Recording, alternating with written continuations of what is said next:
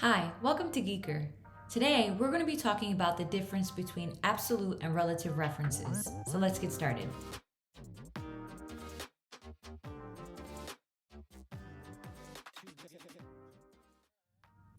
So in this example, we have a couple different clients and their total revenue split out by quarter.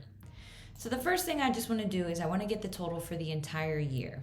So when I do something like this, I'm going to do an equals sum function, and I'm just going to make sure that I capture all four of the quarters and hit enter.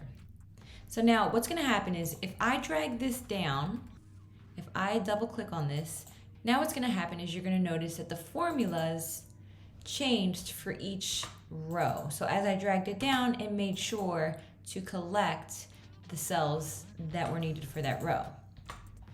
So this is a relative reference. So as I drag it down, it's going to adjust the rows and the formulas accordingly. Now, what I want to do next is I want to find the percentage of sales per client.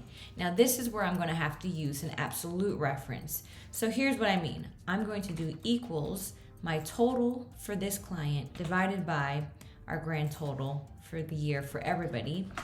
And I can see that Total Solutions brought in 18% of everything that we made.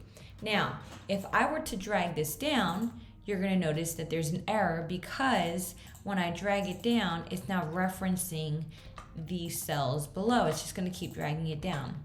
So what I need to do is I actually have to make sure that my reference to F8 is an absolute reference. So how do I do that? Well, I'm just going to click inside the formula, and if I just hit F4, it's going to make this an absolute reference, or manually you could just put a $sign before the letter and before the number, then I hit enter.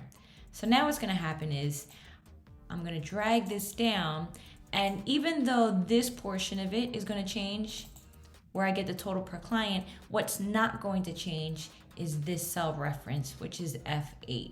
So that's how we use the absolute reference. So again, in this particular example, the one that I can change, the one that I do want to drag and switch, is the first part, but the second part is the one that I want it to be absolute.